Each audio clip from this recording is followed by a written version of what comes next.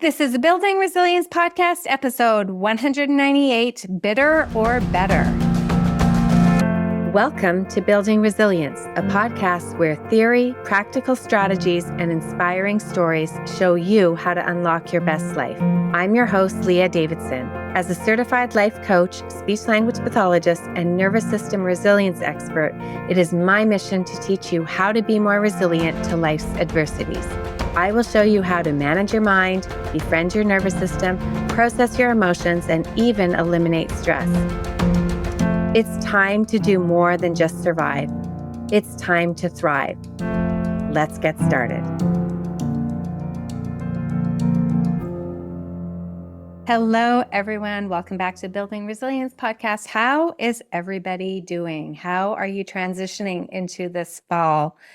I hope that you have been enjoying the podcast. And if you have been, if you found it helpful, I would love for you to share it with a couple of friends.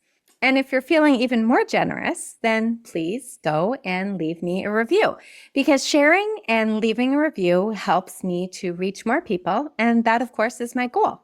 So thank you in advance for your generosity. Now, today, I want to talk about, it's kind of a cliche saying, and I've heard variations of it. It goes something like you have a challenge or you're faced with an adversity, maybe something bad has happened, and you're trying to handle it. You're trying to figure out how to manage it, how to limit its impact, because we know that everything we do in life is shaping us. That is the power of neuroplasticity, right? Every experience we have shapes us and can change us, but it works both ways. Every experience can shape us for the better or for the worse. And while some things do just happen to us, we know, as we've talked about on the podcast before, we are the creators of our responses. So the cliche saying is, will this make me bitter or better? And honestly, I don't like the idea of feeling like something makes you do something, because to me, that is not empowering. Like, I don't have a choice. And we know that one of the fundamental principles for a healthy nervous system is we need choice. So I prefer to say, will I choose to become bitter or better? Will the response I choose invite me to be bitter or better, or even lead me to be bitter or better, suggesting more of a journey? Now, let's break things down by what I mean by becoming bitter versus better. When adversity strikes, whether it's a tough experience, a failure, a rejection, or a deep emotional wound, I do believe that we have a choice. And for simplicity's sake, we will say that we're left with two choices. But I actually think there's like a million variations in between, a million shades of gray. But let's keep it simple. We are left with two choices. We can either let it weigh us down, becoming bitter, resentful, and stuck, or we could use it as a stepping stone to grow, become stronger, better, and more resilient. So being bitter kind of means things like holding on to the negatives that surround the challenge we have, the unpleasant feelings, the negative thoughts, the limited mindset. To me, it's heavy. It's like walking around with a heavy backpack that we're picking up every single day. And maybe initially it does make sense to carry around the backpack because we may be in the adversity or the challenge. So we may carry around things like hurt and anger and blame. And of course, none of these emotions are bad. They're all normal human emotions. So we do want to validate that when we're going through things, it's completely normal to feel dysregulated, to feel unpleasant feelings, to think unhelpful thoughts, or maybe even catastrophic thoughts. And it's important that we allow them and feel them. But it is if we get stuck in them that they can impact us. So back when I think about going through my divorce, I was certainly every single day picking up a heavy backpack, grief, anger, resentment, blame, shame, all sorts of fun emotions. But at some point, I did have to decide whether I wanted to keep carrying this backpack around because it was heavy. And was it serving me anymore? And did I have a choice? Now, remember, your nervous system gives you the lens through which you view the world. But your nervous system is also taking in what's going around you, what's going on inside you, and what's going on between us. So it can be like a feedback loop. If we can feel negative, that can fuel the state that we're in. Maybe that will keep us in fight or flight or shutdown or team hyper or team hypo. And then once we're in team hyper or team hypo, that state further fuels our thoughts and emotions. So we always want to be asking ourselves, what am I fueling my nervous system with? Our bodies can interpret ongoing negativity and bitterness as a constant threat. And then because we believe, or our body, our nervous system believes that we're in a constant state of threat, it will keep us on high alert, making us more reactive, more defensive. And that could lead to shutdown. And of course, when we're in a dysregulated state, whether it's a state of activation or a state of shutdown, our CEO checks out. Our ability to think clearly and respond creatively is diminished. So while we want to allow all emotions, we welcome all emotions, we actually don't want to label some emotions as good or bad. We want to acknowledge that some emotions just serve us better than others. And while it's very human of me to have negative thoughts, it can at times not be very helpful. And there may come a point where I want to stop and ask, what kind of life do I want to create? Now, it comes back to this idea of, are you a victim to your circumstances or a creator of your responses? And you may want to go back and check out some of the episodes I've done in the past about being victim and agent and victim or creators. I talked about the drama triangle as well. So go back and listen to those episodes. But if you stay in a victim mindset, like we talked about in those episodes. Now, I'm not saying that there are not times where you actually are a victim. Bad things can happen to you that are not your fault, and you're not to blame.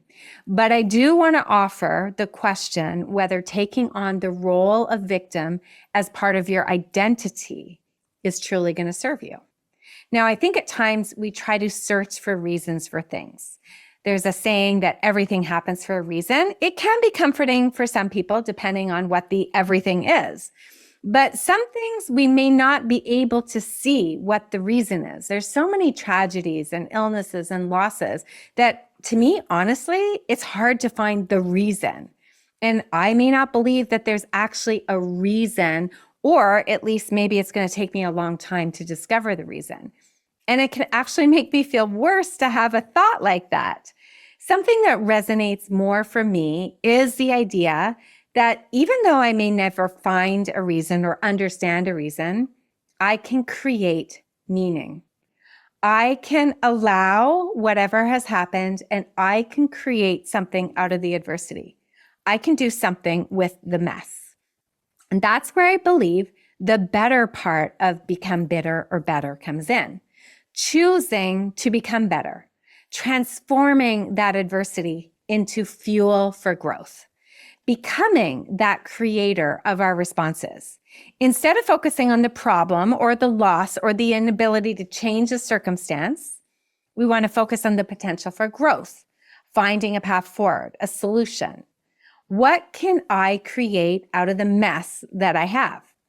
Maybe I can't find meaning in this, but can I create meaning? And this, of course, is where resilience comes in.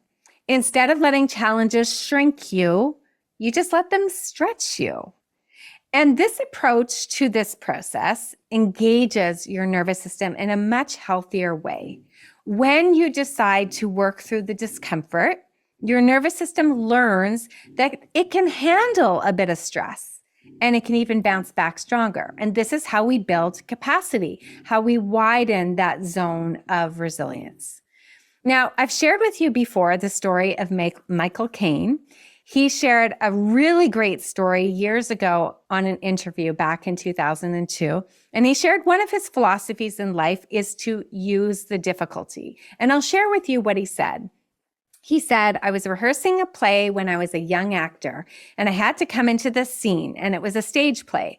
And he was behind the flats waiting to open the door, and there was an improvised scene that was going on between a husband and wife inside. And they got carried away, and they started throwing things, and they threw a chair, and it lodged the doorway that Michael Caine was supposed to go through. So as he went to open the door, and he just got his head around and he said, I'm sorry, I just can't get in. and to the director. And the director said, well, what do you mean? And so Michael Caine said, there's a chair there. And the director said, well, use the difficulty. And I said, what do you mean? And he said, well, if it's a comedy, then fall over the chair. If it's a drama, pick it up and smash it. Just use the difficulty. And Michael Caine went on to say that he took that into his own life. And he shared with his kids, we've got to use the difficulty. How can we work? What can we get out of this? Use the difficulty. There's never anything so bad that you cannot use the difficulty. If you can use it 0.25% to your advantage, you're ahead. You didn't let it get you down. And that was his philosophy, to use the difficulty. I love that philosophy so much. I think it's so good because it does remind us that adversity isn't something to shy away from. It's something to leverage. Whether it's a mistake, a setback, or a tough life situation, you can use the difficulty to inform your next move. It's really about shifting your perspective from this is happening to me to this is happening for me, because that's really where the growth happens. Now, another powerful concept that I love is making the mess your message, because life is messy. We all will go through struggles. But when we transform our mess into something meaningful, we give it purpose. And this is particularly healing for your nervous system because you're no longer stuck in the chaos. You're using it to create that story of resilience and strength and connection. And this shift allows your nervous system to find safety and meaning in adversity, rather than feeling threatened by it. So maybe you agree with me that you want to go with better, not bitter as an ideal. And again, we need to be able to allow ourselves to be bitter and to accept all the feelings. But often we come to a point where we ask, do I still want to be here? Do I like being in this spot?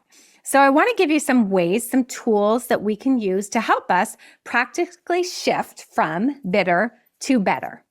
And the first one, we've already talked about it a little bit, is to really feel your feelings, but don't get stuck. Are you sick of me saying feel your feelings yet? It's natural and normal to feel angry and sad and frustrated when things don't go our way or really bad things happen or where we feel that there has been unfairness. But the key is not getting stuck there. We want to acknowledge your feelings without judgment, but then allow them to pass through your system.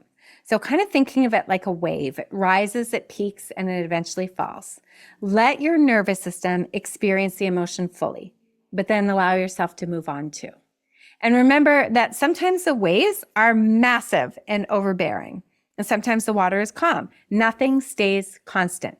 Things will pass. We have ups and downs, so it's okay to allow ourselves to feel it all. The second thing we can do is we can reframe the narrative. After you allow yourself to feel, normalize how you feel, then you may want to check in and ask yourself, based on your values, your mission, your purpose, how do you want to be? How do you want to show up? Who are you? Who is your future self? It's important to check in because our values can help us decide if you want to try to change your response. And that can lead to deciding that you want to reframe how you're thinking about the situation. So maybe instead of asking, why is this happening to me? Ask, what can I learn from this? Or how can this make me stronger?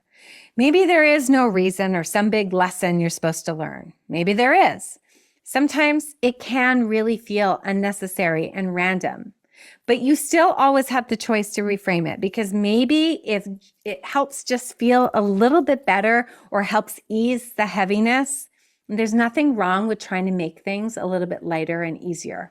So we can try to reframe, which can help shift your nervous system, can help you regulate, and can help you go from survival mode to a state of curiosity and openness, which is found in that zone of resilience. When you are regulated, you can then tell your brain that this is not a huge threat, but an opportunity for growth. And again, you can only do that when you're in that zone of resilience. Now, thirdly, you want to surround yourself with support. Community is a huge part of resilience. We need connection. We heal in connections. We need each other. Sometimes you need someone, and sometimes somebody needs you. This is often one of the points of belonging to a community. Maybe it's a church community or a club or a neighborhood community. And often we may ask, like, should I join this or not? Like, what's in it for me? What am I getting out of it? Maybe everyone is different than me. Maybe I don't feel inspired all the time. But I like to remind myself that what I get from community is only part of it. What I have to offer, what someone can gain simply by having me there to listen or support or lend a hand, is part of the community process. When we have people who support us, or when we're able to provide support for other people, we're sending our nervous system signs of safety. When we are with others, we can share our stories, we can get perspective, and we allow others to help you process whatever it is you're going through. And you do the same for other people. This will help keep that bitterness at bay and really encourage that betterment. The fourth thing is I want to encourage you to really take action. Doesn't matter how small the action is. When you're struck with challenge or adversity, it can feel really paralyzing. But even the tiniest step towards a solution, towards a creation, can remind your nervous system that you are in control. Remember, the nervous system likes choices. So give it a choice. We can do this or this. We're able to impact our feelings. We can choose bitter or better. That is within our control. What can I do to make this just 1% better? What can I do right now to make my day a little bit better? Think of that right now as you're listening to this podcast. What can you do right now to make your day a little bit better? So that when I lie in bed tonight at 10:30 p.m., what can I look back on and be happy that I did? What can I do that was an investment in my future self? Because this builds confidence and a sense of agency, shifts you from being that victim and into a place of empowerment. And of course, the fifth thing, we can't finish the podcast without talking about practicing self-compassion. Be gentle with yourself. You're human, and adversity is a part of life. When you're kind to yourself, especially in these difficult times, it actually soothes the nervous system, helps us reduce our stress hormones, and it can help us increase our ability to bounce back. So practicing self-compassion will help you turn these challenges into opportunities for growth rather than letting them harden you. So we know adversity is inevitable. How we respond to it, though, is entirely up to us. We can let it define us in a negative way. We can become bitter and resentful, or we can use it as fuel for our growth and our resilience, becoming better. And of course, the choice is not just a mental one. It has real, tangible effects on your nervous system and your overall ability to thrive in life. So I want to encourage you, the next time you face a challenge, use the difficulty, turn the mess into your message, and let every challenge be a stepping stone toward a more resilient version of you. I hope you found this helpful, and I will see you next time. Thank you for listening to the Building Resilience podcast. If you're interested in learning a little bit more about managing stress, building resilience, and leading a more purposeful life, then make sure we're connected on Instagram and Facebook at Leah Davidson Life Coaching. You can also subscribe to my weekly newsletter at www.leahdavidsonlifecoaching.com/newsletter. Looking forward to connecting.